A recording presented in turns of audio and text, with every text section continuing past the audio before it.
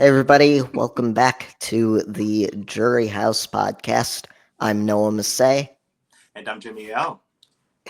and we are here to talk about week 3 of Big Brother 3. I will say, for me personally, off the bat, that these were probably some of my favorite episodes Okay. for what we have seen here so far. But, Jimmy, what are your initial thoughts here? Dude, I was hesitant because I was like, I didn't know what you were going to say. And so I was like, Mhm. because we're normally the complete opposite here. And so I was like, I didn't know where you were going, but I enjoyed them as well. Like I enjoyed watching the show, the gameplay, the characters kind of do their own thing and there's little bitty strategies and none strategies. So these last 3 episodes is pretty good. Like these are really exciting to watch. Yeah, I was surprised how much I enjoyed them, especially because the week here was really kind of predictable. I felt like once we got the nominations, I kind of felt Really? I kind of felt like there wasn't too much that I was surprised by here. No, oh, okay. You make me feel so bad because I because I feel like I'm slow, like I lost something.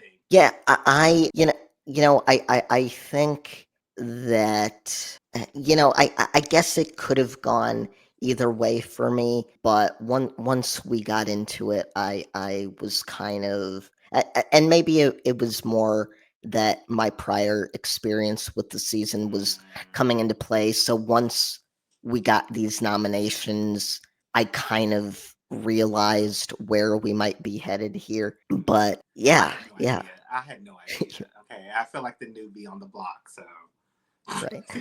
But I will say, even though for me it was kind of not too surprising, I still felt like, as you said, there was so much that was going on kind of around these nominations, and there was so much more kind of progress in terms of how the game was moving along here with the different alliances and different plans and more insight into what everyone is kind of thinking about each other, that I really felt like this was an exciting week to watch here.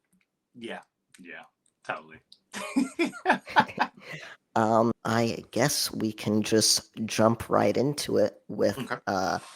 episode 9 here. So, from where we left off last week, I believe Tanya had been evicted, and Yes. we got a new HOH in Roddy.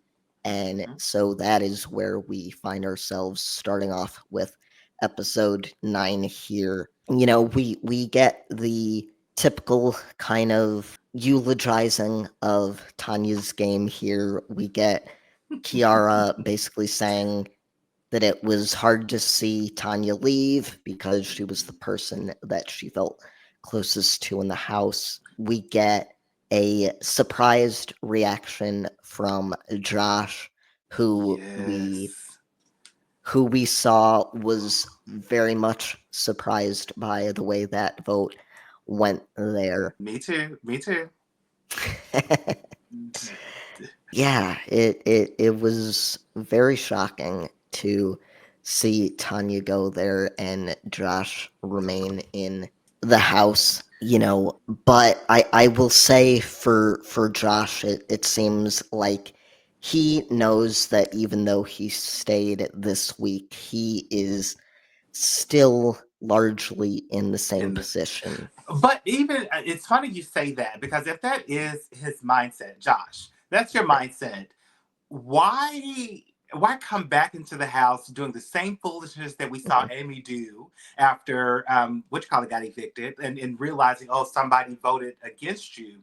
You know you are a target. You already know that, everybody is not in your corner. You already know that. So why rock the boat even more trying to figure out who this other, because I think he said something along the lines, I think he said Lisa. Lisa. Yeah. Yep. He was like, I know Lisa voted to evict me. So what? You live to die another day. Like, who cares? Who cares? This just frustrates me, especially if you know you're not a nice person. Yeah, absolutely. This is, and I think this is a mistake we see a lot of players making, where there are players that come into the game and they don't play the game at all, and then there are Mm-hmm. players that feel like they have to be playing 24/7, and Mm-hmm. this is one of those weeks where it's just like, you know what, take a break, just like don't talk game with anybody Just unless they talk game with you. mm-hmm. Try to work on those relationships. That again, this is, we've said it so much and we'll probably say it again, that this is so much a social Yeah. game. So there are times where you should just be focusing on the social aspect, because that honestly will take you It sometimes a can. lot farther than even, the strategy that you can think up. So, It's funny you say that, and it is in this episode. I'm not going to bring it up now because I'm going to wait till the part happens. But okay. there is a particular person in here that I am starting to root for Okay. that exact reason. Their social game, they are flying under the radar. Their social game is on point. Like it's spot on. So yeah. I think I'm a new fan. Okay. I am eager to figure out who it is, but we will leave the audience in No. suspense. So, yeah, so there's not much else that happens at the top of the episode here. We get Marcellus basically saying, sheer will can move mountains, and anything can happen in this game. Then we get our first strategy talk of the episode. We get Danielle and Kiara kind of talking about how things went, and Danielle pretty much lays it out for Kiara that she didn't respect Tanya as a mother. She says she didn't appreciate the way that Tanya went after Amy last week. And, Kiara tells her that she's a little bit hurt because she feels like Tanya was a good person and, didn't deserve what happened to her because she was told that she was a pawn. And we get a DR from Danielle where she basically, she's a gamer, and Thank you. That's it. Like that's it. that's it. That's it. Like I wrote that down. Like I literally wrote down in my side notes is I said it. Like I was just like I said it because she was just like 2 down, 8 more to go. Like she doesn't Right. care about anything or anybody else, and she just wants to play the game. And it's Mhm. just she just cares about winning. And so again, I swear I wrote that down. I said it. I said it. So you were into this? As a No, viewer, as a viewer, yes. yeah. As a viewer, absolutely. Just knowing that I was right about her personality, Danielle. Right, right. So yeah, but no. Do I agree with Danielle and No, how she's? Hell no, hell no. Because there's no empathy, and I right, think back to what you just said a minute ago in regards to the social aspect of the game. right. That this is going to get you so far. This is eventually going to bite you in the butt unless you start to put some ducks in the right row. But yeah.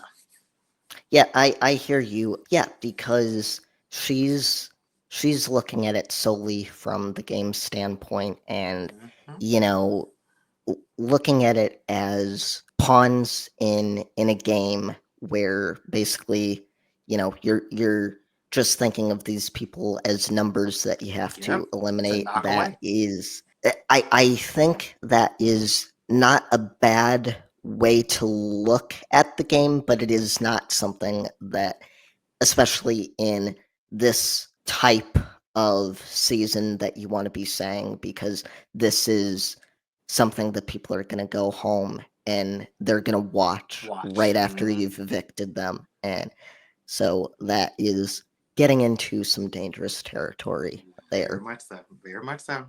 Mm-hmm. we do get an interesting bit from her on who she views as a threat. She says in the same DR that Roddy needs to go and that he is someone that she views as the biggest threat in the game other than her, which I thought was an interesting little tidbit there. Really? Do you agree with that?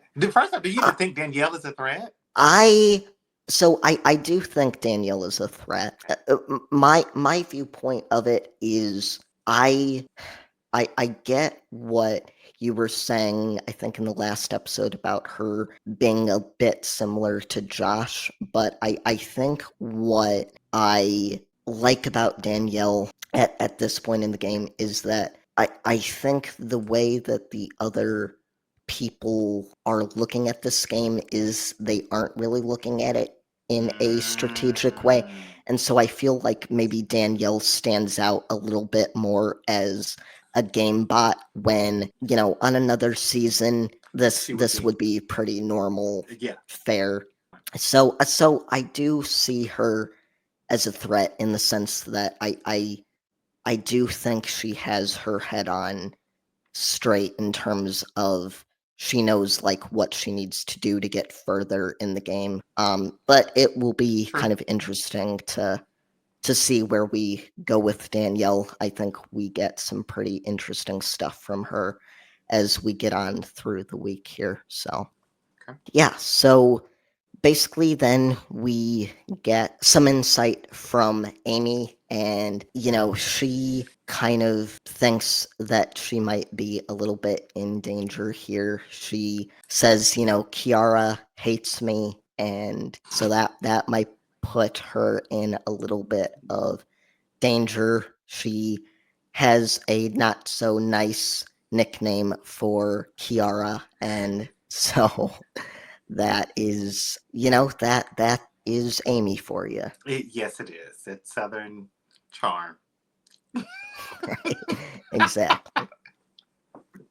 But she's not too off the mark on what Kiara is thinking, and we do get a conversation very quickly between her and Roddy where she tells him that she wants Amy out, and she basically said she wants Amy out. She thinks that, everyone else wants Gerry out, but she doesn't think that Roddy is willing to take that shot yet.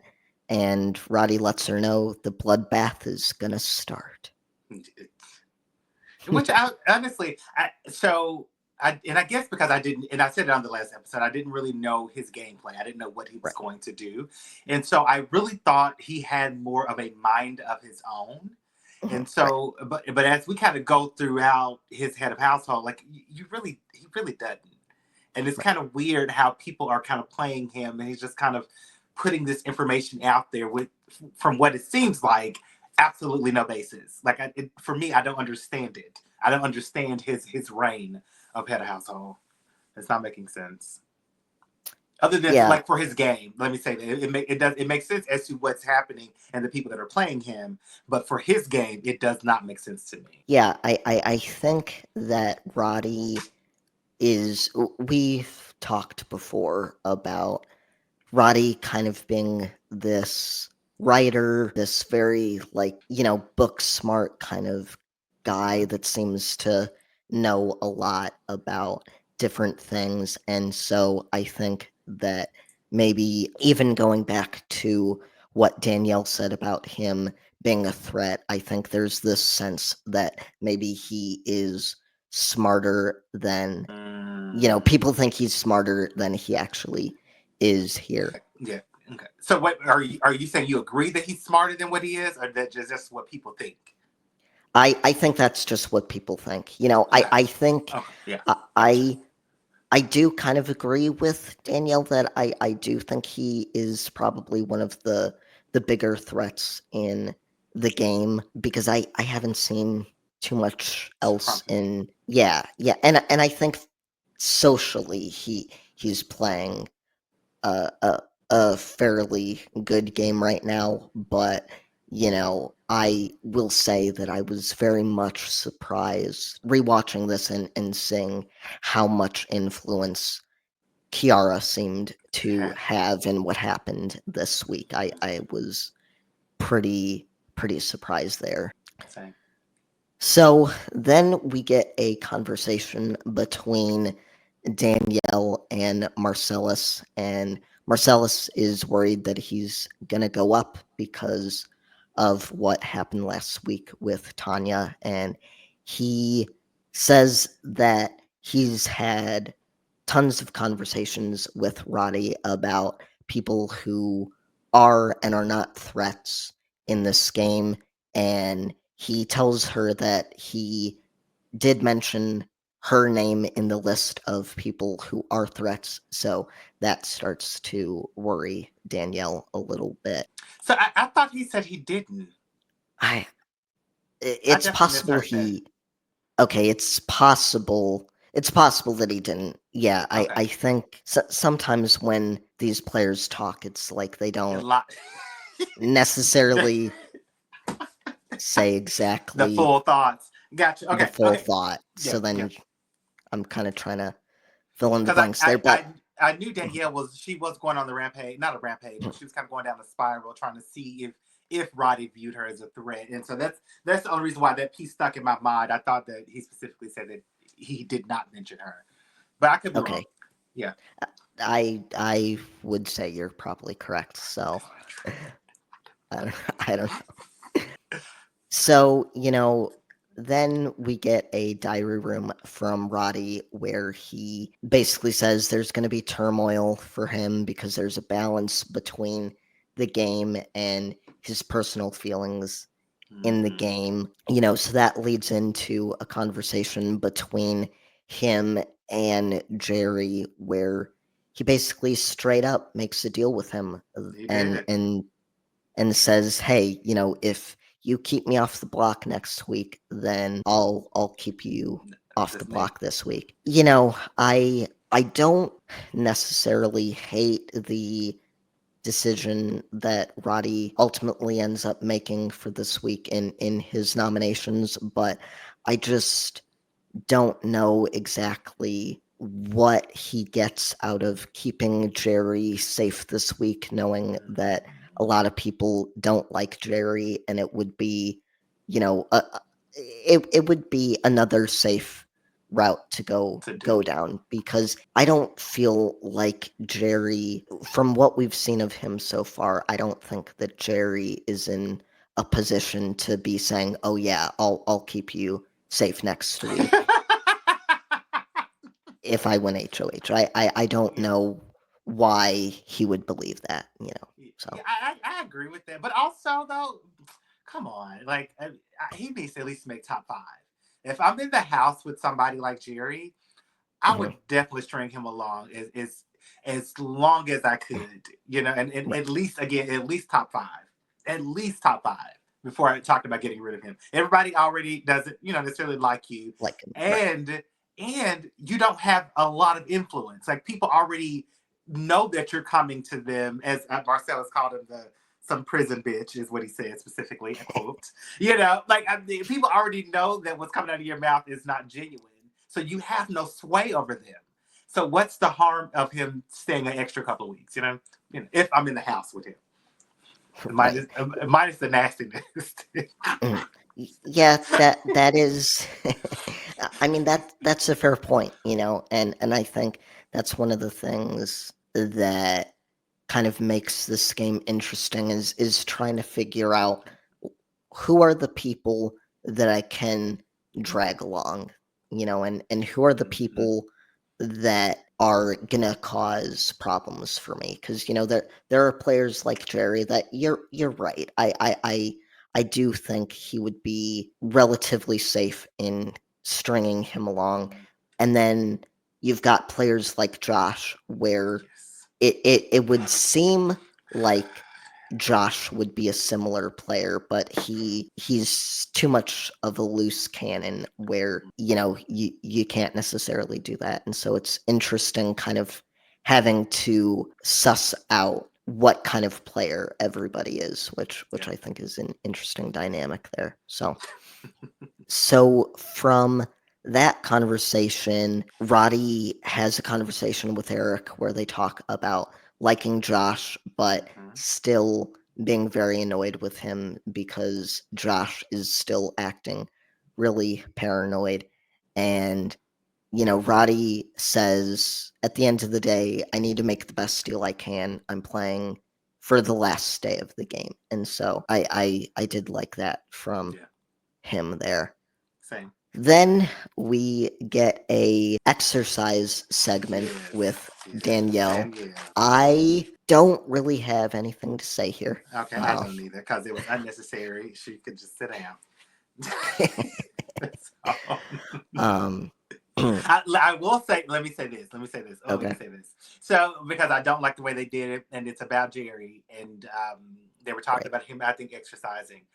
right, And I don't like the way editing did that because he's obviously trying, right, and later on you do get compliments that he started to lose weight. And even with that being said, later on in different shots, you see him in the background actively working out while the camera is not necessarily focused on him or the conversation is not focused on him. And so he's right. actively, he's trying to work out and do his thing despite all of the teasing and everything else that everybody in the house is throwing his way and editing. So I just want to point it out. Like, not that Gerry is the person that I'm rooting for. I want to make sure that is known very quickly. But watching the exercising, that rubbed me the wrong way. Yeah, I hear you. It's the typical yeah, right. They're dunking on his weight. He's the old, you Yeah, know, bigger person, and so he's the easy fodder for the show in this segment that is just unnecessary. It doesn't need to be there. We follow that up with a segment about Roddy and yes. basically how much everybody likes him and how smart he is and how he knows a lot of stuff. This is a segment that I particularly didn't think was needed. Okay. I Okay. I I I get it because he is the HOH, and so I feel like the show hasn't really given us too much about Roddy up to this point. So I think Correct. it's good for the storytelling of it all. But this isn't telling me that anything that I didn't already kind of assume about him. So Well, I did know. I did not know that all of this was going on about him. I personally, I don't remember mhm, seeing too much about it. He's always just kind of faded into the background for me, right, and only thing that I ever saw is everybody had the crushes on him. That's about it. That was right, about it. And so, yeah, and even the whole ordeal with Marcellas during this little, I guess, knowledge base of Roddy. Like when I saw that with Roddy and Marcellus like that was another thing that rubbed me the wrong. I was here for it. It was entertaining, but I was right. just like, dude. I was just like, come on, like this flirtatious thing going back and forth, doing his nails, like, dude, like this is gonna bite you. Like this is not a safe. Like, don't do this.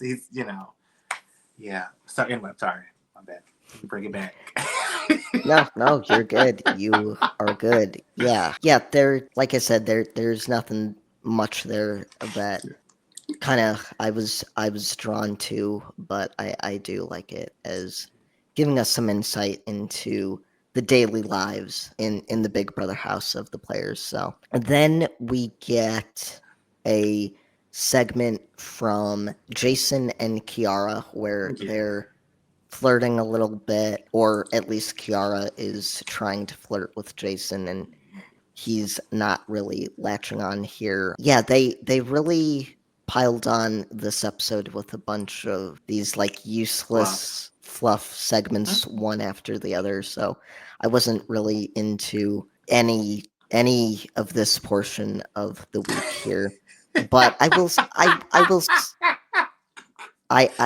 say that I think something that I appreciate that the show is doing is kind of showing us different sides of Agree. everybody here. I think that it really lends itself to the more documentary feel that they are going with in these early seasons here. So it was Yeah. kind of nice to see that. I don't necessarily buy into it too much because Absolutely not. I know that for as cruel as Amy is about Kiara, I will say there is a level of like Kiara's very young and immature as well, and there Yes. was a lot that was kind of going on throughout this week that I didn't particularly love from her. Hmm. It mostly in the relationship between her and Roddy. It's just very high school. Hmm. Yeah, there's a lot of bickering. There's a lot of, I will say that Roddy is not exactly fair to her in a lot of situations where, she'll be kind of moody and, it's the typical 2000s, like, oh, she must be PMSing. Oh, he So said that? there was some talk about Oh. whether or not she was on her period. In terms of the live feeds, not in Yeah, terms yeah. of what we see Oh, on the show. crap. That is just so silly. I didn't know that. Wow. Yeah. Okay. Yep. Wow. So trouble in paradise there, but Oh. thankfully, we get another budding showmance as Lisa and Eric start spending more time with each other and just they're cuddling up with one another, having these interesting conversations where we learn some stuff about Lisa and what gets her going. I'm sorry, is that the term that we're gonna go with here? I was trying to be Oh wow. Yeah. I was trying to she gets turned on. She gets turned on from having her belly button touched. Yeah, okay, what this girl, this I don't know what is this something's wrong with her. And I did write down because I was just like, what the hell is happening in the house? I was like, is everybody just bored? Like I like is I don't know what's going on. I don't know what's going on. But yeah, because I was like, even doing that after that conversation of her and being turned on by the slightest bit of anything. I was Right. like, she even asked Eric like if he was turned on, and I was like, his response is, "I wouldn't want Marcellus to see me right now." And so I was like you're in the bed with this girl. Like, why is Marcellus on your mind? Like, none of this is making sense to me. I'm like, what do you guys do? I'm like, you're being filmed right now, right? Like, yeah, I was like, all of them. It is this whole thing. I am not for Eric and Lisa, not even in the slightest. I know you said it was being teased earlier, but I am not for this bull. This is some bull. Mm-mm, mm-mm, mm-mm. Yeah, this is a much less interesting Ugh. relationship to follow here. It's at least with Roddy and Kiara, we get a little bit more book smarts at least from one half. What we see. Mm-hmm. So yeah, there's not much that I am liking here with Lisa and Eric. I will say as we go on through the episodes here, we get a couple more quirks from Eric. We get a couple more Oh yeah. quirks from Lisa, and so that is going to be interesting to see. I so before we get away from Lisa and Eric, I did need to bring this up because I think it's important. Okay.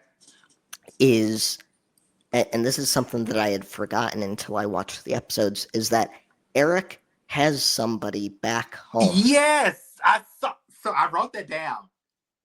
I wrote that down too. That he has a girlfriend Mhm. back home. So I'm just like, what is he gonna do? Leave her? Like, what do you do? Right. I mean, at this point, I don't think he's going to be the one doing the leaving. Oh, you're right. But Yeah. even though he does have one foot out the door, this is just so wild to me. And this, like, when I look back on this season, I'm like, really, that's how people treated each other. Like, I I I am I like to think that I am not a naive person. I know the way the world works. I know that it's a lot dirtier and bad than we like to think, but like this is just wild to me that people were so cavalier about their relationships. And I get the fact that he's a young guy too, so there's a lot of immaturity at play there. And Definitely. that's probably most of it. It's just kind of wild to me. And the fact that Lisa's God, okay yes. with it. Like I wrote down, if he cheats on another woman, he will cheat on you. Yes. And I've seen that time and time again, Time. and it just baffles me that you're not supposed to say things about the other woman, but it just confuses me that they never seem to realize that. So I'll Agreed. We're I'll on the leave it same there. page. Done. Good to know. To know. Yeah, from there we get a segment about another one of Eric's quirks, which is Yes. that he talks in his sleep. Again, this is something that didn't really interest me all that much, but I did find it fascinating that he speaks in full damn sentences. I found it fascinating that the entire house knows. That's what was fascinating to Right. me because I'm just like, everybody knows what you're saying in your sleep. Like, it's obviously this big running joke. And so, yeah, it would get annoying to me very quickly. Oh. Very, very quickly. Yeah. Oh, absolutely, and that would, yeah, that'd freak me out a little bit, I think. Just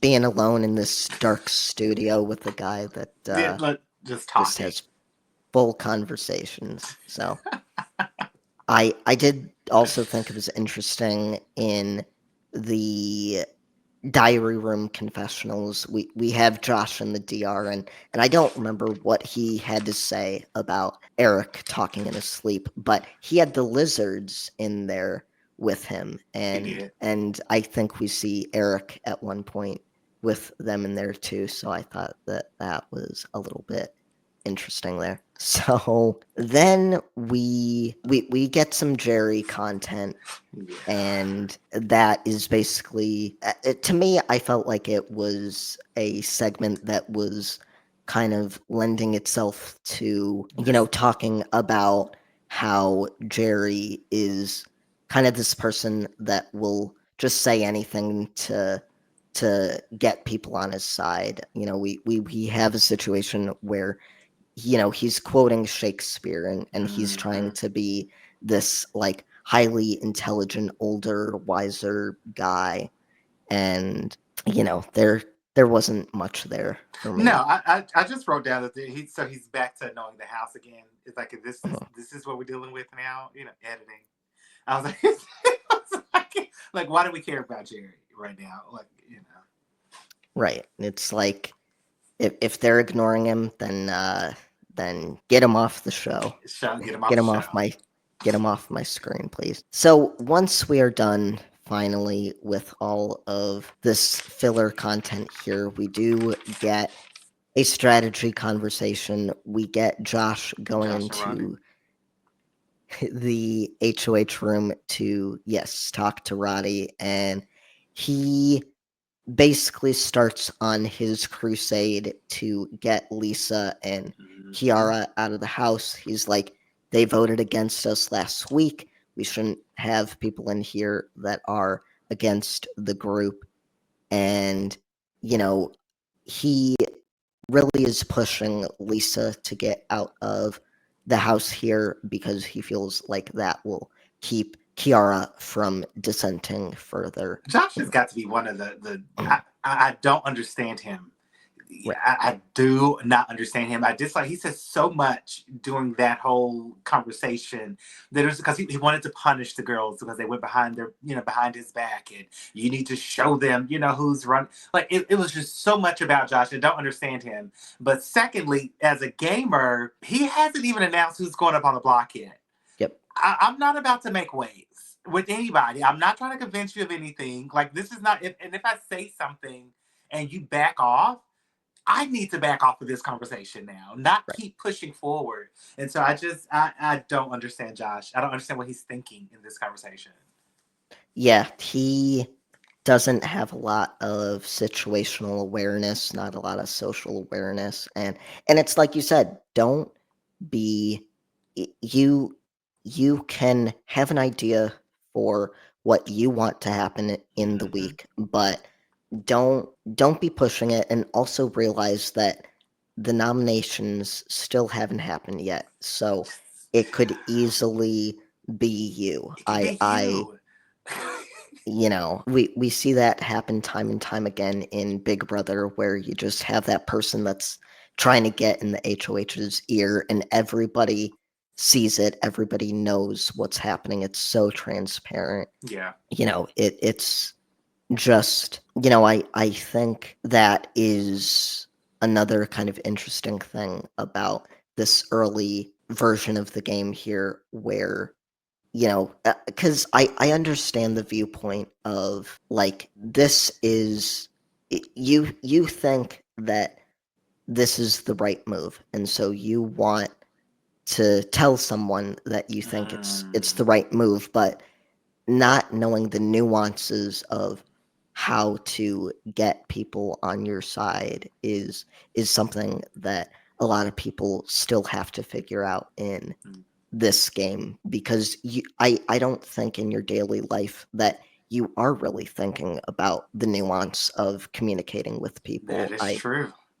I think a lot of times people are just, thinking that if they give their opinions, people are gonna listen to them. And this is a game where you can't be doing that, because there are probably more consequences in this situation than there is in the real world. Yeah. Yeah. Yeah. And immediate. Mhm. Right. Yeah. Very immediate consequences for sure.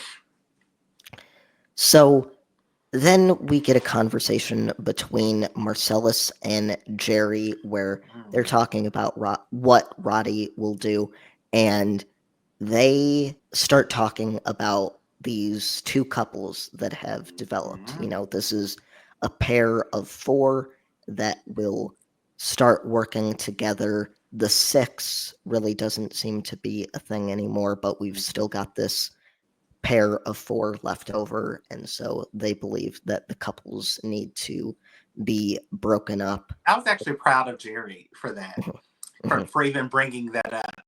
That hey, you got these couples, like we need to pay more attention to them. So I was proud of him. Way to go, Gerry. Way to go, Gerry. Yeah, I like that too. Because, yeah, I mean, I like that he sees that the six really isn't a thing anymore, but he knows kind of what was at the heart of that alliance. And Mm-hmm. so I wish that maybe he had had this conversation a week sooner, but not necess it wouldn't have necessarily done anything, because, again, he's talking to Marcellus, whose attitudes towards Gerry have been very up and Up down, and and down. so Mm-hmm. it would Mm-hmm. not necessarily go well for him. So we really don't get too much more in this episode here. Another conversation between Roddy and Josh, just more pushing that he doesn't need to be doing. But thankfully for him, we get to the nominations, and Roddy keeps it simple. He says, "I'm keeping to my promises." He nominates Marcellus and Amy, and he Mm-hmm. basically rips into Amy, telling her that Yes. she's selfish and, really doesn't deserve to be there. And he lets Marcellus know, like, only reason you're up here is because of her, and because if you're off the block, you're a vote for her. Mm-hmm. And so that is kind of what we end the episode with. We get a joint diary room with Amy and Marcellus, where they're both pissed after this conversation. Marcellus is worried because the last two pawns have gone home, or the decoys, as he calls them. So that is an interesting place to end the episode there. was this nomination surprising to you? I feel like it was. Do you think this was the right choice for Roddy? So surprising. I didn't necessarily have any expectations. Okay. Um, for Roddy, in regards to gameplay, I would have squeezed Josh in there some kind of way, even if it was Mhm, Josh and Marcellas. mhm. You know, like it, but I just very much so dislike Josh. So Right, that's me right, personally. But I did write down that if you're really thinking about it, Marcellus and Amy are a part of those duos. They are a right, package deal. And so right, Roddy putting them up is 100% in his right. So it kind of, again, what Gerry just said, getting rid of the couples or at least breaking up the couples. Like Marcellus, you and Amy are one of those couples that right. needs to be split up. But I know this is it. I'm ready to move on. But before we do, I'm going Okay. around this table. This is when I started rooting for Jason. Okay. I All am right. officially rooting for Jason. Jason can truly slide by. And so, like, I don't know what was going on. Like, looking at his face during this table turn, I was like, okay. Oh, the nomination ceremony, I was like, okay. Like, Jason is not on anybody's radar.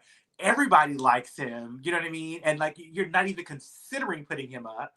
He could be a physical threat if he chooses to be. You don't know where his mind is. And so, as of now, like Jason, I'm rooting for Jason. Like I think he could win this or at least get very very far.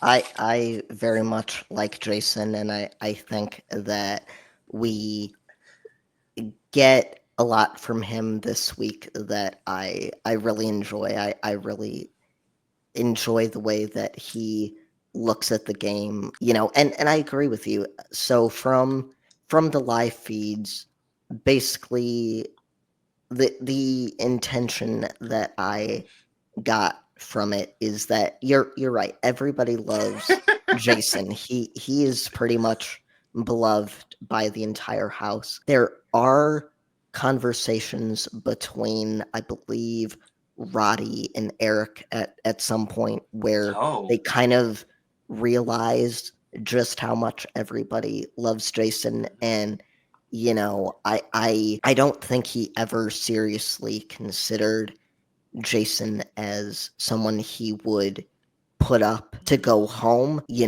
I think he was considering him as a pawn, if the veto had gotten used at some point. But yeah, for the most part, everyone pretty much loves Jason, and yeah, he's just a very easy guy to get along with, get a mm-hmm. and so yeah, there's a lot to like about him. So It is. Agree. so we open episode 10 with a diary room with Amy and Marcellas. We ended the last episode with one, we open with one.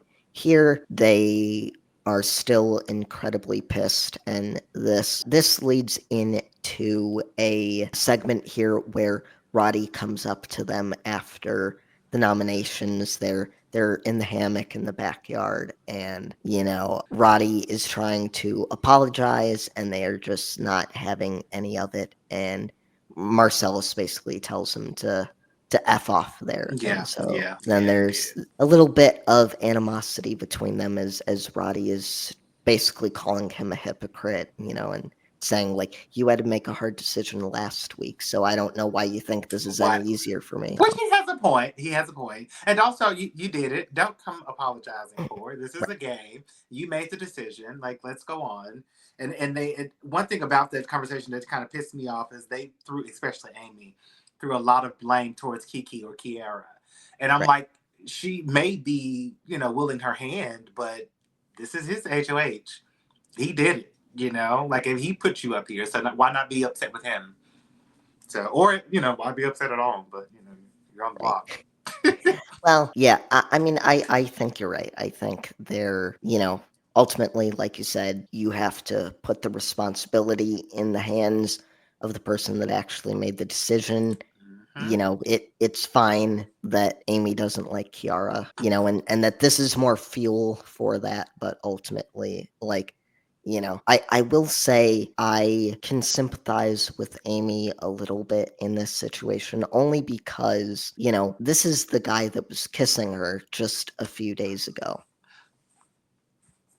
He gives her a kiss and then he goes and tells Kiara about it. And, I don't think that was the inciting incident for Kiara's distaste for Amy, but, I do see it as kind of hypocritical, kind of like don't apologize to the person that you were flirting with just a few days ago. Like you're obviously toying with her just a little bit here. So Yeah.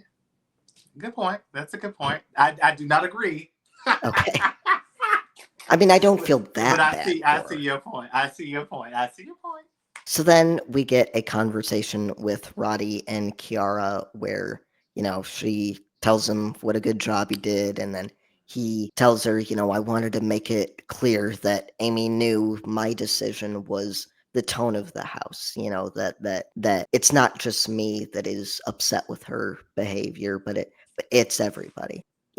So that's another kind of segment of this where I wish he would own what he's doing What he's doing. a little bit more. But Versus, because he's basically getting upset with them for being upset with him. right. Which is just silly. So with that, we do get a conversation after the hammock incident with Roddy and Marcellas, and Marcellus basically says, I feel like you are lying to me. I feel like there's a bigger plan here. And Roddy tells him, if that's true, like you'll see my tapes. You'll go home and you'll see my tapes, and everyone else that has gotten evicted will see that I lied to you, and I'll be ineligible to win this game. But yeah, I would be at home. Like that makes no Right, sense. it doesn't matter. It's no consolation. Yeah. Like yeah. I'm sorry. Yeah. I do think this is an interesting viewpoint that Roddy has here, where he's essentially, it feels like he's making a morality play here, Yeah, where yeah.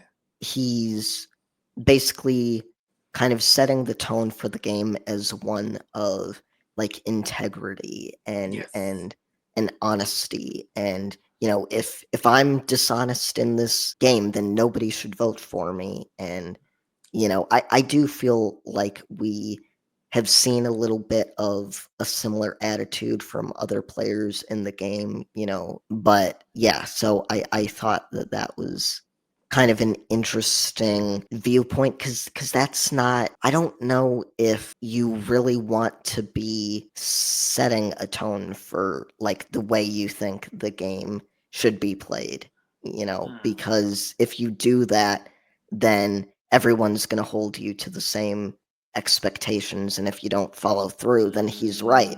He's going to be ineligible. Yeah, yeah. I don't know, because I too, I believe in playing on this game as much as possible. I also believe in, before you catch me in a lie, I'm probably just not going to respond to you before being forced to lie to you. Like, I'm just not going to do that. And so I almost agree with his gameplay. Okay. I don't agree with him saying it because, again, from looking at it from Marcella's point, it's just stupid. Like, it makes no Right. sense. But I do understand what Roddy is trying to do on this. Like, hey, I'm honest. Take me at my word. Like, here and even in the future, I'm a man of my word. So no matter what, you can kind of trust this. And if that changes, it's on me to let you know. And so I'm okay with this one. I'm okay with this one. All right. Okay. Then we get a segment that is centered around Kiara, Curious. who is being called Kihora Uh by huh. Amy, and this is really a segment about her sexuality. I didn't write down too many notes, but from the gist of what I remember, it was really about her sexuality and Yeah. how she kind of Comes off. was a very sexual being. I thought that it was kind of weird how it was framed from Amy's perspective. Mm-hmm. And Mm-hmm. this is this is another case of Mm-hmm. production, editing things in a certain way to target certain people To fit and their it's narrative. to fit their narrative. and Mm-hmm. and yeah, I didn't think it was particularly fair to Kiara, because also I think the thing that's kind of interesting is this is a season where the jury gets to watch everything. Yeah. And so not only is it like bad that they get to see what people say about them on the live feeds or in the diary room, but also the fact of the matter is that production has the control on how these players Mm-hmm. are viewed. Agree. Agree. I mean, now don't get me wrong. I Mhm. think on Drag Race, there's RuPaul has the drag queens always say something and just blame it on the edit. Right, Like you said it, you said it, you did it, you know. And so right, I will say that a lot of this with Kiara, like the snaps that they showed, and even herself calling herself a whore right. and sexualized and flashing her underwear at Danielle, like like whew, Jesus, like that. That's a lot, you know. I agree with you on the editing and Right. things being taken out of context, but it was that was a lot to handle.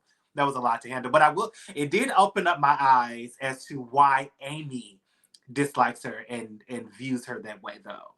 That Mhm. opened my eyes, especially being from Memphis and your Southern charm, and a lady is supposed to be this way, and Right. anyone that kind of steps outside of that, I dislike. And if you're too sexualized, that's too far outside the box for me. And so, not this. That's how I feel, but I definitely could see how Amy could really, really dislike her. Like I would just hate her. Like because this is what we do in the South. Sorry. Yeah, I hear you. I think that, unfortunately, Amy does not come out of this week looking much better than Kiara No. from what I reviewed from the live feeds. Like, there's a couple of nights where she gets pretty dang drunk and is just kind of being Kiara or rowdy. Amy? Amy. Amy. Oh wow. Yeah, which, like, it's fine. Do what you want. I don't care, but Wow. in terms of if you're gonna hold someone to a certain standard, then abide by that same standard there. But Wow. Mm. and I think that that goes into a lot of the distaste that people have for Amy as the week goes on here. Makes sense. So from there, we get another strategy segment. This is the not the first time that we're learning about this secret alliance between Danielle and Jason, but this is the first time that the show's really focusing on it and really getting into how they're making this work. And so we open with Danielle basically saying in the diary room that coming into the game, she wanted to have that one person that she knew she could trust, and that from like day two in the game, she knew Yes. that that person was going to be Jason. I mean, Oh, I go think ahead. you're right. No. I think it's just smart for the two of Mhm. them. I Yep. think I think she is really really rough in regards to gameplay, and she needs someone that is as soft as he is, that's able to kind of go back and forth between the different worlds and adapt to everybody to bring information back to her, to and vice versa. Like I think he needs somebody, because again, if he makes it all the way, I damn sure would view her over as a threat over him. And Right. so, like, if it is down to the last three or whatever, So again, smart. This is a smart secret alliance that nobody even really sees coming, and how they played it. And I know editing was doing their thing, but what I did like to hear is that they were consciously saying this is what was happening in that moment. I stepped away because this person came in. I didn't want to stay and linger with her too long because of this, So they're obviously actively being secretive about their alliance, and so you don't always necessarily see that level of commitment. Yeah, yeah, absolutely. The way that I've always seen the game is that you need to put your faith in one person, because this is a game about lying and deception. So if there's any one person that you can fully 100% trust, like that is a huge currency in the game.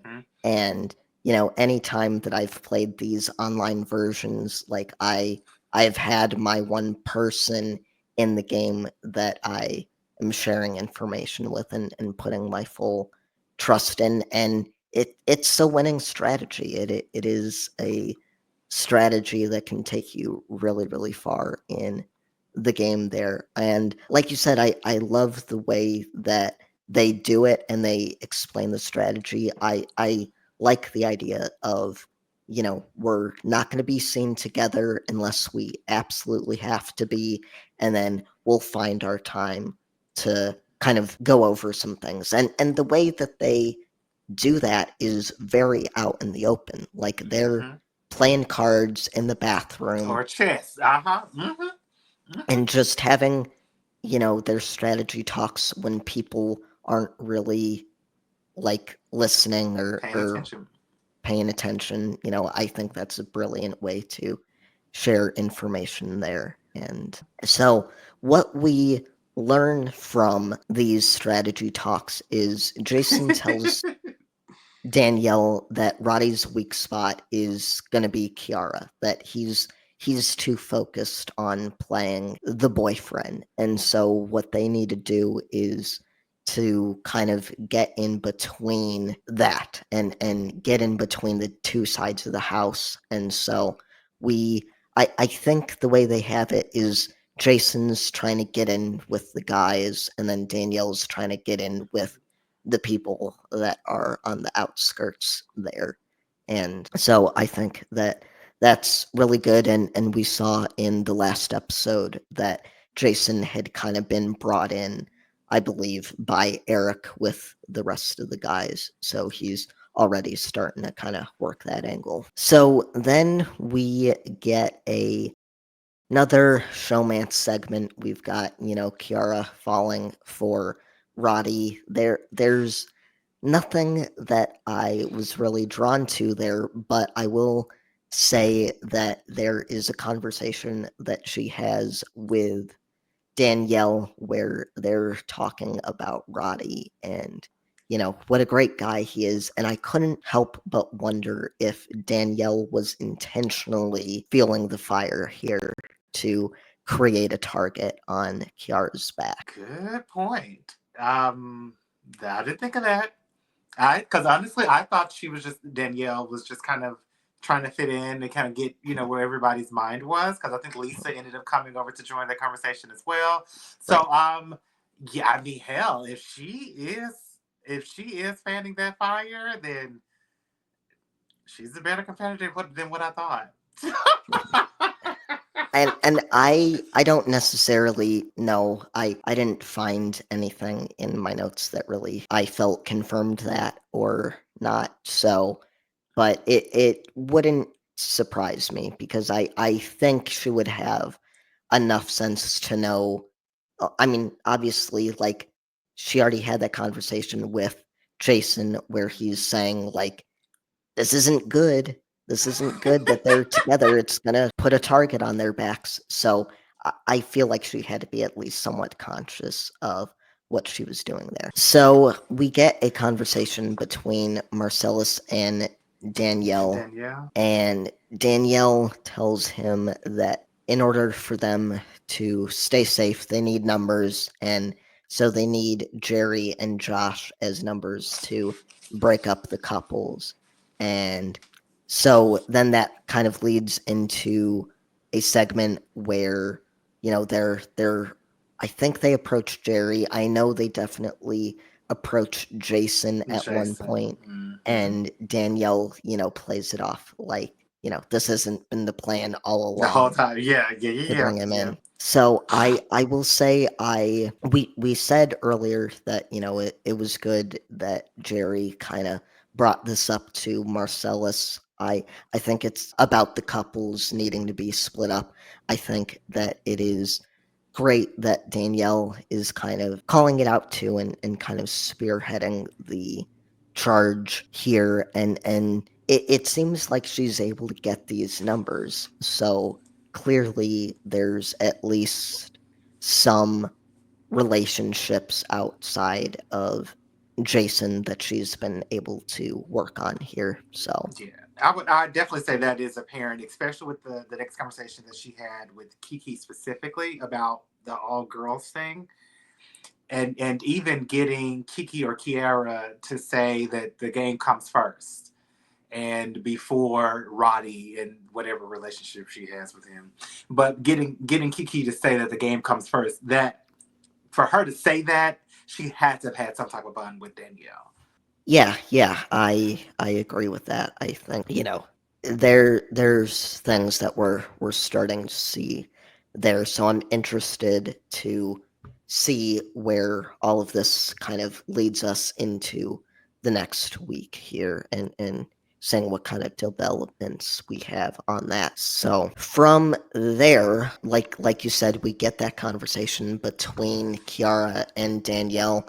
We get another funny DR from Eric where he Mm-hmm. just doesn't think that the women are playing the game or even thinking about it. So, in terms of people that I don't think have a great handle on the game, I would put Eric near the top there.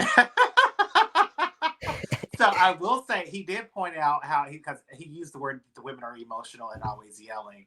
I didn't like that he used the word emotional, but I'm like I will say the drama that has occurred, except for the drama with Josh. But I'm like the drama for the most part, the loud, obnoxious drama, it has been with Lori or Tanya or Amy or Danielle, and so I'm like it has been the women that have just Right. gone batshit crazy over something. So other than Josh. That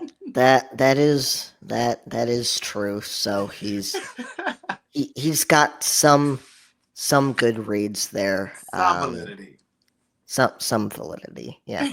So then we get a conversation between Amy and Roddy where they're trying to bury the hatchet there, and Amy talks to him about her upbringing, Oh and yeah, she calls herself spoiled. She she did. she she talks about being a premature baby, and Mm-hmm. so then being raised with her mother and her grandmother kind of just spoiling her, and so she's very used to getting what she wants here. And so I thought that was at least some good self-awareness from Amy here. That doesn't really change my attitude on her Agree. that much, but it was nice to see. And smoking the cigars is something that we saw during this scene, and I know we saw it once before on an earlier episode. But I'm like, when did they cut all of that out? I don't know that they have necessarily cut it out, but I feel like Big Brother 20 was the last season that I remember seeing smokers, because there was a woman on Big Brother 20 that was kind of a prevalent smoker, and so but Mm-hmm. it has been a while. I don't know that they've necessarily had to ban it. I think it's just less prevalent in our society. So I see that as in a positive uptick in our dwindling society. So from there, I think that leads us into the POV competition. And I did not write anything down about the POV competition, but if I'm remembering correctly, it was similar to the first POV meeting or POV competition that we saw this season, where they had to knock down the faces of their fellow house guests. Correct. The people you did not want to win the power veto. And what I did like about this one is they obviously edited to say you could not choose yourself. And Okay. so, Yeah. yeah, that I did like. I appreciated Right. that. So, Yeah. Yes. Now that you say that, I also appreciated that they kind of this is kind of an example of them figuring out Yeah. the kinks as they go along, Mm-hmm. and saying that that first competition didn't necessarily work that well, and so it was interesting to see the change here. So I believe by the end of that competition, we have got Eric as our POV winner, and there's really not much speculation from what I remember about what it is that he is going to do. And so by the time we get to the POV meeting, it's pretty apparent that he will not be using it. It happened so quickly. It happened so quickly. But yeah, Mhm. agreed. Yeah, from what I understand from the live feeds, like everybody knew like he was going to leave things the same. They were all kind of not really taking the meeting even that seriously, and so there was no surprise there about what it was that he was going to do. So we've got our nominations locked.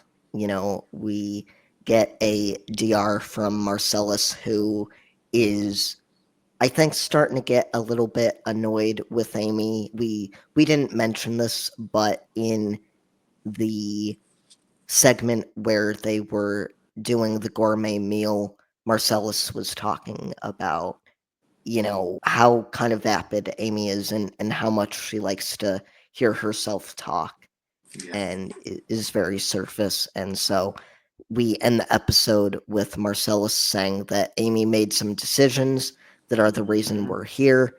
And, you know, he's mad at himself. He's like, you can't have close relationships in this game. I made my bed. He's feeling very sorry for himself. And yeah, so I'm glad he had the realization. I mean, I hate it's come this far, but I'm glad he's finally had the realization, because it is the truth. You're gonna be held accountable for who you attach yourself with, you know, and then whoever you attach yourself with, you now got to be held accountable, you know, for that relationship, and how you guys have kind of placated that. So, you know, but I'm glad he's holding himself accountable. yeah, I agree with you that, you know, yeah, when you're that out in front as a duo, it's like, you know, of course people are going to come after you. I do feel like putting that all on Amy, and oh, it's her behavior that led us here. It's like, okay, if you distanced yourself a little bit, like, they wouldn't put you up against her. So, you know, it's not all on her. So that is where we end off with episode 10. Was there anything else from the episode? Okay, then we will move. Moving right along into episode 11, we open with a Marcellus DR where he's, you know, again, complaining about being in this situation that he's in, and talking about how the last two people that have left the game have been the decoys, and so he feels like his number is going to be called here. And, you know, we start to see in this episode a lot of the deterioration of Marcellus and Amy's game, as, you know, as Marcellus is getting very annoyed with her behavior. He's thinking that despite her behavior, he's still going to be the one to go. And so this was a very interesting episode to watch, and to kind of see this dynamic falling apart here. Yeah, it was funny to watch, because again, I told you, like, I know people like her, and so when you finally, like, if you've been, and even I, okay, I can admit it, like, I was raised with a babysitter, and so when I finally went to kindergarten, to see a classroom full of kids, you're just like, what the hell? And so I feel like she is one of those people that, you know, she's never been told no. She always gets what she wants. And so now that you're up against your friend, in the house, and you're starting to see these relationships and how everybody is kind of their brain is turning against you, so to speak. Your back is against the wall. Like, what do? You know, you got the tears. Let's bring out the tears. Let's bring out the emotions, and so the drama, the childlike foolishness, and so she doesn't know any better. Right. Yeah. And I feel like, too, a lot of times we have situations where there will be somebody that wins HOH, and then there's a player that's like, oh, I'm a marked person, like I'm the one that's going up. And a lot of times, like, they're correct in that assessment. Here, I feel like with Amy, from the moment that she gets put on the block, she is talking about how she's a marked woman and how Yeah. she is gonna be the one to go. Like Yeah. that's the entire narrative that she rolls with the entire week, and I don't think it has anything to do with that typical, like, oh, this person won HOH and they've wanted me out for a while and now it's going to happen. It's just that she's so self-centered that she can't think for a second that Mhm. it can't be Marcellus. It's got to be me because I'm so great and I'm so threatening. So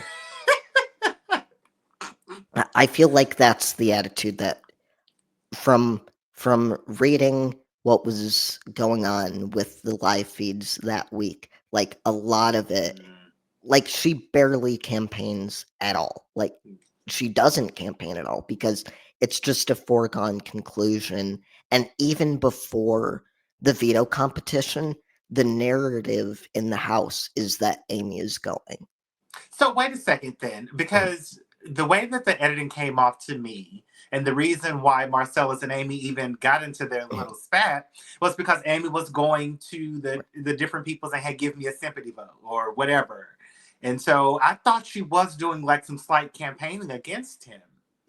So she was, as the week goes on, towards the end of it, she starts doing that a little bit, but still, it's with the intention of getting a sympathy vote, right? She still thinks that she's the one that's gonna go. It's just she doesn't want to go out by a unanimous vote, and so that's it. She's campaigning, but she's campaigning for like one vote. I don't think she seriously, is trying to garner all of these votes away from Marcellus. Gotcha. I will say that I know we saw several different people in their diary rooms about this Mhm. one vote.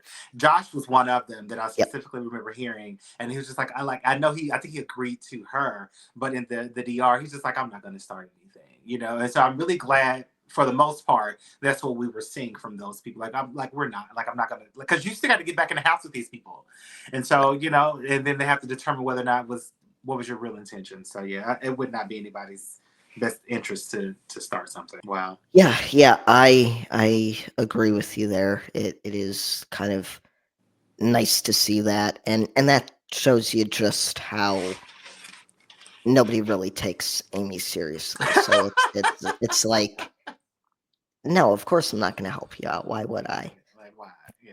I will say though that, Josh does initially go to Roddy to talk about potentially giving a sympathy vote to Amy. And this is something that kind of in the laundry list of things that Josh is doing this week serves to piss Roddy off. And so that is interesting to see. I think I was a little bit surprised that Roddy wasn't okay with the idea of a sympathy vote. I think that because he has this very like he's all about the integrity and he's all about like being a good person and whatnot. So I feel like he would see a sympathy vote as something good, something positive. Not if they added up. Uh, But that was Marcellus's thing because it could easily right. add up. Yeah. Yeah. That's a very good point. That's a very good point. So we do have Josh doing that, and then we have him later going to Gerry, and for whatever reason trying to tell Gerry that Marcellus isn't with him. And so there is, that is something else that I was kind of like, I don't know what Josh is really trying to do there. I think he's bored. I really think I he's think it's bored. Like he's trying to stir up things. He has nothing else to do. that is a fair point. That I mean, that's a fair point. That's a fair point. And yeah, because he does strike me as that kind. Like he has a lot of energy. He has a lot of energy. So if he's sitting around all day, he's gonna get bored and self evict. So he needs to. I like that. I like that. Right? So we start to see the turmoil between Amy and Marcellus. As you mentioned, we get that fight between Marcellus and Amy because he thinks Amy's being selfish. Amy thinks that Marcellus is being selfish, and she tells Gerry like he doesn't even want me to have one vote. Like he just wants me to go out unanimously. And this is a conversation that Marcellus overhears, and so he runs to Danielle and Kiara to complain about it. And Danielle, being the shit stirrer that she is, decides to go out and get Amy to settle things here. Yeah. Yeah, I mean, just come on, and I'm glad she did because it gave us the fireworks that we all needed between the two of them. And it's so crazy because Winston was sitting there with me during these last two episodes, and I was just like, I'm glad that this is happening.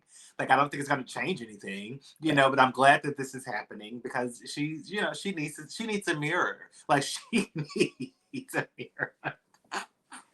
Like she needs it. She needs like when she gets home because she's not gonna feel it now, but when she No, gets home, no. like. So I'm Yeah, here and for it. and I do I don't know how these former house guests kind of dealt with things when they got home, but this is the pre-social media Yeah. era where, nowadays you have these house guests coming out of the house and they come out to like thousands and thousands of fans that Oh tell yeah. them how great they are and how they didn't make any mistakes and how everyone was just so mean to them. And, back in 2002, it was like you maybe got a couple of fan sites, you got some Maybe. people talking on the message board. So maybe it's possible she was able to really detox from the experience and do some actual soul Soul searching without searching. the fans getting in the way. Yeah, and I hope so. I hope so because it was like she was definitely in the wrong. Like yeah, like just chill out. Especially if this is your friend. Like stop. So Right. Yeah, so I mean this fight gets pretty dang intense. I mean, Marcellus really is looking to lay into her and mhm. talking about, how selfish she is. And of course I would be okay if anyone in this house wanted to vote for you.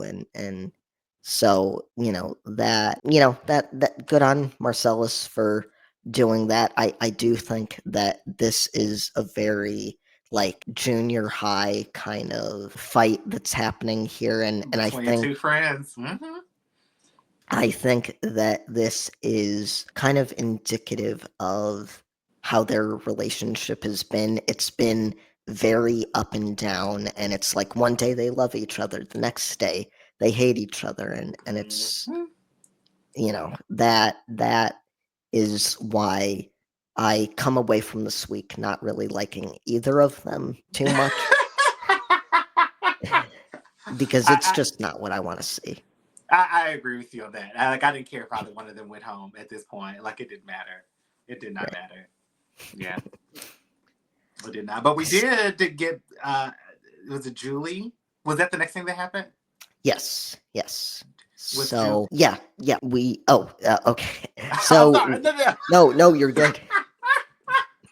You're good. Because you mentioned about them being on again, off again friends, and Right. so that was like Mhm. literally the first question that Julie. I remember Yeah. asking them, like, "Are you guys friends again? Like, what the heck happened?" And so, like, she literally said exactly what you said, or they said during that conversation is, that's their relationship. It's on again and off again. So I'm sorry. My bad. No, you're good. You're totally good. Yeah. I mean, and they try to play it off like it was no big thing. Mm-hmm. Amy is very much like, because I think she realizes a little bit what the edit for the week must have been, Mm. because she corrects Julie a few times She about like did. it was just a little blip. It's nothing crazy here, Julie. We're fine. Like, but I Um, will say, I love this Julie. I love this Julie because she had asked Marcellus specifically, "Hey, are you guys friends?" And Amy interrupted, and oh Julie yeah, quickly snapped back, like, "No, I we'll asked get to you. Marcellus first." Like, what? Like Amy? Like, I love this version of Julie because we don't get this Julie anymore, and Right. so I love this Julie. I love her. Yeah, she's pretty great. Yeah. You know, then she asks Josh, what did it feel like last week to stay in the house? Says, I'm living on borrowed time here. We get Eric talking about winning the POV and not using it, and he's like, it was basically just strategy. It was nothing personal.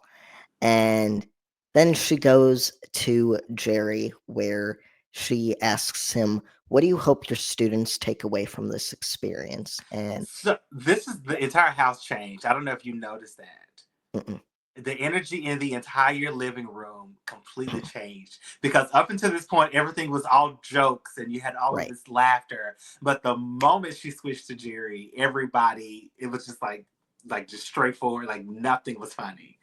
So I don't know if you noticed that, but like I picked up on the energy shift.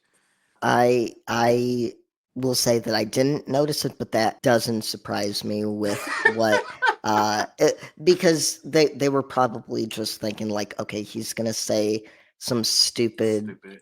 bullshit, Yeah. Mm-hmm. trying to sound smarter than he is, and so they were probably just zoning out for a bit there. Which it's unfortunate. Like I I get that they don't like Gerry because of what he did week one, but it's like you've lived with this guy for a month Come and he's a goofy dude. like He's a little self-righteous. Like, who cares? Like, just let it go. Like, he's not even. He's not a threat. He's not a threat. At least not right now. He is not a threat. Yeah. So it's like the equivalent of like your kids getting mad at you and then you're just like they're giving you the silent treatment. It's stupid. This But stuff's stupid. I will say, so that's how we end the segment and we go to commercial break. And I will say something that was interesting to me at first was we got people talking in the diary room about the nominees and like potentially what they might do. We didn't get any of the votes. Zero. I was so pissed. I literally wrote down. I don't know if you can see this or not, but I wrote down all of the names, and I was like, and who they were Oh, voting for. Could you see right. that? And so I I was I just can't really see that, but I okay. Well, I I'm do a sorry. similar thing. So I was like, Um, I was waiting, but then other shit happened afterwards. So I was like, okay, let me write this down. Wait a second, let me write this down. And I was like, there was no votes. I was like, what the hell is happening? I, right, and I was super confused, and it took me until Julie was starting to read the votes, where I was like, oh, okay, Okay. I know why they did Like what? this. Like Mm-hmm. it was a unanimous Mm-hmm. vote. So, if you have just like a few key people talking about who they were voting to evict, then you know that the rest of it is kind of a foregone conclusion there. What is interesting about it is the way that they're doing this is that if they do this again, where they don't show the votes. It's like, okay, right before they're announced, it's going to be unanimous if you're a casual If you, viewer. So it's a but I mean, you don't necessarily know who the votes are going to be for, right. per That's true. se. So, but yeah. Good point. Good point. Good Yeah, point. But it definitely frustrated me because you've given this to me, and so I was expecting it, and expecting it. so. Yep. Mhm. Oh yeah, I was all ready, and then yeah, just listening to them give their thoughts, I was like, okay, why do we need this then? Then we kind of go back to the events of the week, and we have a segment where we learned that Gerry could potentially be in trouble next week. We typically get the information that we already know. People like Eric and Lisa are pissed at him for going against the Alliance week 1. They don't like him, they don't trust him as far as they can throw him, and we get a little bit of insight into what Gerry's kind of thoughts about all of this are. He says, it's hard being ostracized. You want to be a part of the group, but he thinks that being an outsider can be an advantage because I'm a wild card. I can be picked up to help any coalition that gets set up here. And, But that's the truth. I mean, he really yeah, could. yeah, and I think as we see this week, he gets kind of pulled into that group of the outsiders with Danielle and Jason and them. So she definitely sees the value in him, and it's a situation where he's basically drawing dead at this point. So the only thing that I feel he can really hope for is, being in those final 2 chairs and at least having the chance to mend things with people, but by that point, it's probably going to be too late there. So, Yeah, I don't see him making it that far. But yeah. yeah, yeah, I agree with you there. But he, he's trying to mend fences with people like Josh and Hmm. Marcellus, and Marcellus is again. I think we see this in his relationship with Amy that 1 minute he likes Gerry, the next minute he doesn't and thinks he's the worst thing to ever exist. So they seem to have a good strategy conversation here. Whether or not it really means anything, I don't really think it does, but he tried. So yeah, so from there we go to the HOH interview.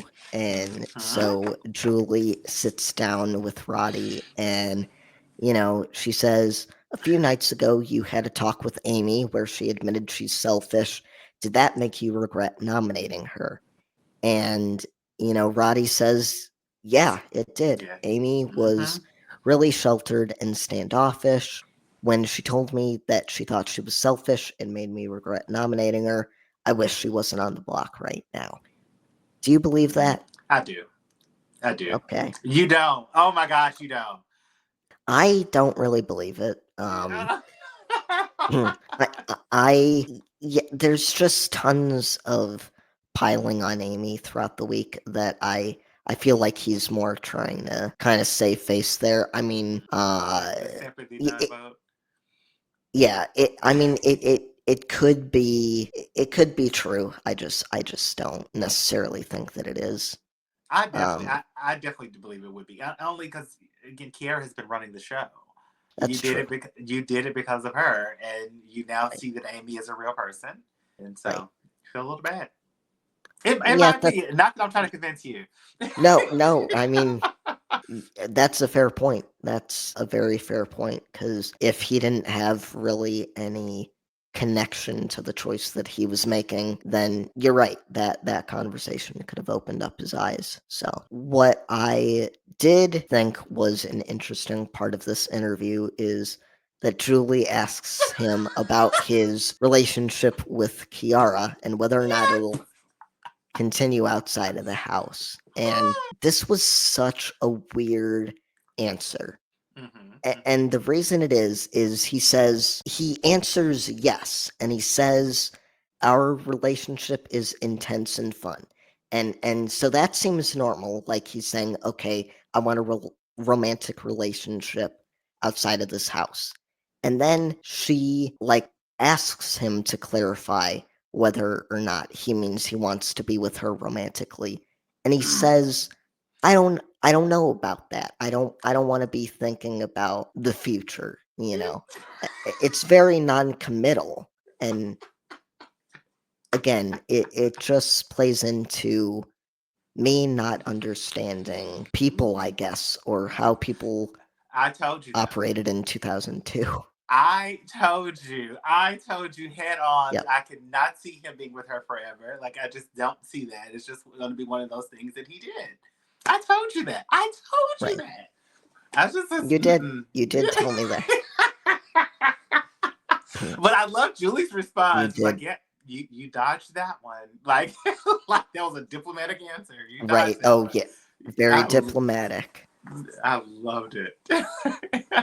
Yeah, it just, there's a lot that I liked about Roddy in these 3 episodes. Like I came around on him a little bit, and this kind of put me back in a place where I'm like, I I don't understand you. I don't know what kind of game you're playing here, but we'll kind of have to see if that shifts at all as we go along here. So we cut to commercial break and we come back to Julie announcing the vote, and to the surprise of nobody, Amy is evicted 7-0. Yeah, poor And Amy. poor Amy, Yeah. indeed. Yeah. She doesn't she doesn't take a long time to get out of the house. Nope. She says goodbye to Marcellas and then gives a few hugs and then is out. And so she sits down with Julie, and Julie asks her, what was your reaction to what happened? And Amy tells her, I knew it was coming. We had discussed it. We actually had a going away party a couple nights ago, and everyone said really nice things about me. And so that kind of plays into kind of my whole thing of like from the moment she was on the block, I think she had one foot out the door. Just mentally, she was thinking she was a more woman there, and Well, like you and said earlier, she's self-fulfilled prophecy. Go ahead. right. Yeah, yep. Self-fulfilling prophecy. Where if that's your attitude, then like nobody's got any incentive to keep you around there. So I agree with you there. I was so surprised. Like in week 1, I was surprised that she was happy to be a renom, and here she's like so excited to leave the house. It's like why Well, the she hell had her did you crying come? for a moment, and then yeah, That's you're true. right. Now she's all happy. Yeah. But Julie called her out on it. Like, are you really Yep. happy? So I think that she's putting on the pageant face. Yep. And so which is fine. You do what you do. But I do like that she did mention she wanted to be on TV. That was one of the Right. best things Yep. I think she could have ever said that I felt was a true, genuine thing as to why she Yeah. was there, not to play the game. She really wanted to be on TV. And she brought up some of the life lessons that she's learned, which I actually probably believe her on because no one probably has ever called her out on it. Right. And she did say that she and Kiki had made up. So I was kind of happy about that as well. And so she got a chance to see got a chance to see Kiara differently. And she thought initially she didn't have self-respect, which is what I said originally. I was just like, because I could see that from her. Like you don't like her. She stands against everything that you stand for. And so, but you see her now in a different way. So hopefully that was the truth. Yeah. Hopefully it was. I kind of agree with you there that she kind of put on the pageant face. So I don't know how much of this is something that I can really take her at her word, but we can hope. We can hope. So that is all we get from Amy, and we head into the HOH competition face off. And Yes.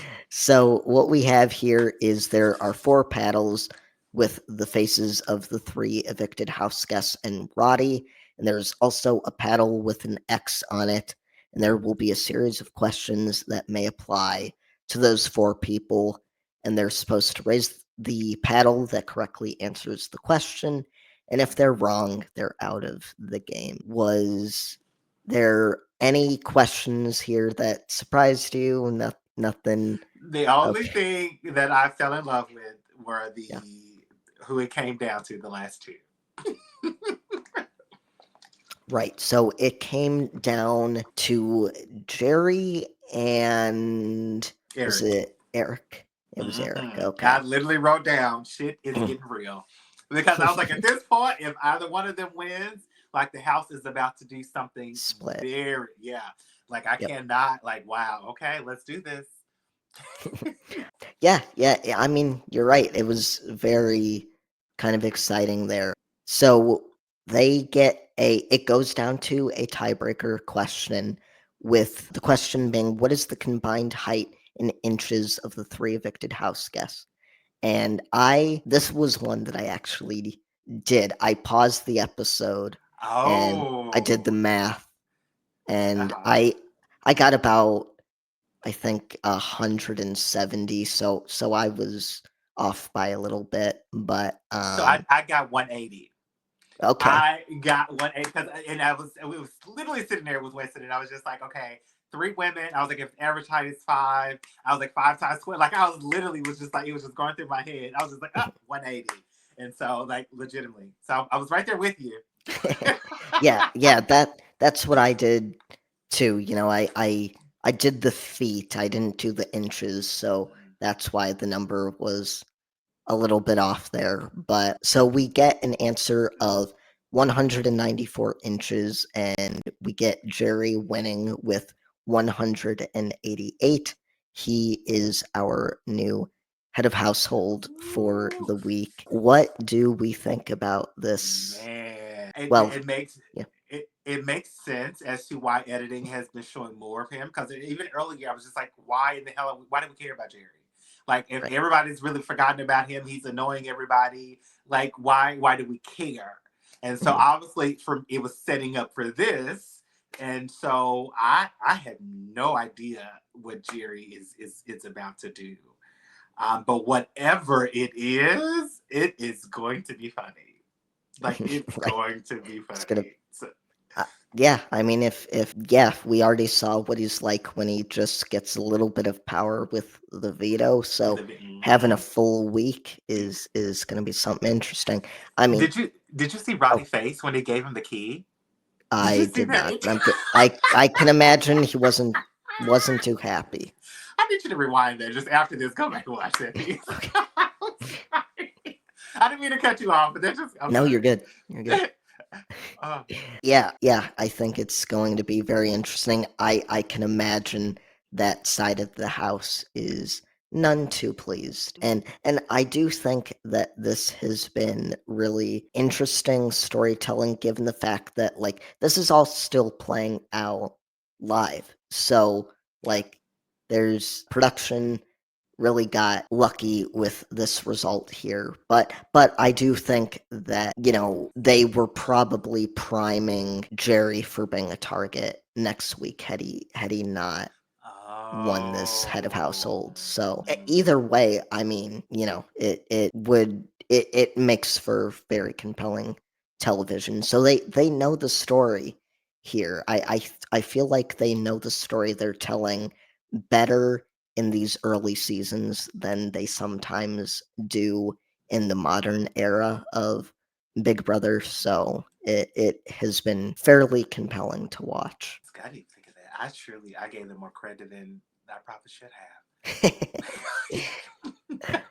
Well, I will say that the person who is running the show at this point in 2002 is a man named Arnold Shapiro, who was uh, I think he's still alive, but he is a documentarian most famous for the Scared Straight documentary that came out in the 70s. I think I remember. Go ahead. There was a show on A&E that was called Beyond Scared Straight that was based off of Oh, this from his from the documentary. 70s. Okay, so maybe what I remember then is that from A&E.